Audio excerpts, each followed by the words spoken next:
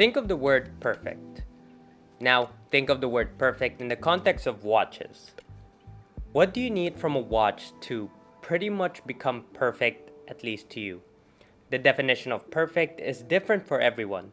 What I would consider perfect, you might consider, well, terrible. So, really think about what the word perfect means to you in the context of watches. And after you think about it, think about what watch you consider to be perfect. A watch that if you had and it was your only watch, it's perfect enough that you'll be fine. Add it in the comment section below. I would love to hear from you what you would consider to be the perfect watch. Now, before we get started, I do have the 1815 Chronograph white and black dial, and if you guys are interested in both these pieces, make sure you check out tickingaway.com. I have a very important announcement, especially if you're a subscriber and supporter of the channel. I have a very important announcement coming soon in regards to Ticking Away, so make sure you stay tuned for that. It is very important to me, and if you are a supporter, it will be important to you.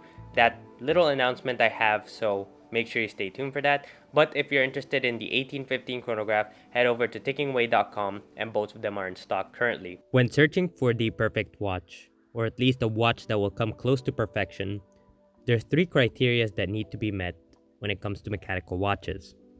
The first is the law of attraction. The first thing the eyes will see is the dial and the case. So, in terms of design, everything needs to be perfect, at least to you. Everything needs to be symmetrical. And of course, the dial and the case have to be one of the most thought out part of the watch. The second and most important part is the architecture, design, and finishing of the movement. Now, this is especially true when it comes to manual wind calibers. While an automatic watch, for the most part, has a rotor cutting off half of the caliber at all times, a manual wind movement is fully exposed. Now, I think we can all agree that mechanical watches are pieces of art. And when it comes to art, the one thing we appreciate the most is the attention to detail. When it comes to watches, the movement is where you can find the attention to detail of the watchmaker or lack of. When you put it under the loupe, you can see every little detail, every little finish, every little engraving, pretty much everything the watchmaker put into the watch, you can see in the movement, and of course the dial in the hands, but most importantly, in that caliber. The third, and arguably the most important criteria, is proportions. After all, watches are made to be worn, unless you're a collector that just puts this in the safe. If you're gonna wear this watch, proportions is the most important part. How the watch fits, wears, and most importantly feels on the wrist is the most important thing to let you know if this watch is perfect for you. In terms of design, theoretically, the subdial positions at the 1815 is not perfect. It is not centered and it is cutting off majority of the 3 and 9 o'clock.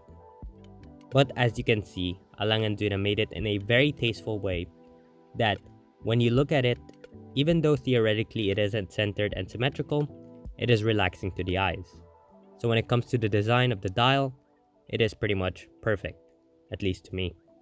Now, one thing that contributes to the design is of course the finishing itself. The finishing of the dial, the printing, the hands, everything is done to an exceptional level which is expected from A Lange Söhne, and especially at this price. Now, I have a little bit of a secret when it comes to A Lange Söhne. One of the best chronographs ever made is the Dadograph. Well, the 1815 houses the caliber 951. The L951 is the same base caliber found in one of the best watches in the world, the Dadograph. The only difference is the Dadograph has added complications, whereas the 1815 focuses on the chronograph module. Now, the base plate of A Lange Söhne movements is usually made out of German silver. German silver isn't silver at all, it is actually a mixture of copper, nickel, and zinc. The more the German silver patinas, the warmer the look. That is why most A Lange Söhne movements is very aesthetically pleasing, at least in terms of color. In conclusion, the caliber L951 is regarded as one of the best chronographs in the world. A column wheel chronograph with a flyback function, finished to the highest standards. I would put A Lange Söhne against the top 3, Vacheron, Patek, and AP.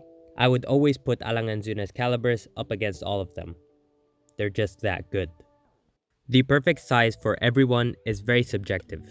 People have smaller wrists and larger wrists, so the perfect size isn't universal. For me, I consider 39.5mm to be perfect.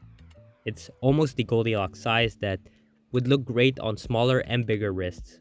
And of course, that 10.8mm for a chronograph is acceptable. The proportions of the 1815 chronograph is pretty much perfect.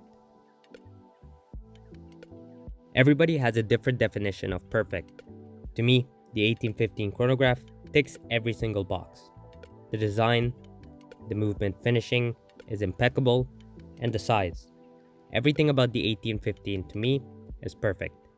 While it isn't the best watch in the world, I would consider it to be the perfect timepiece.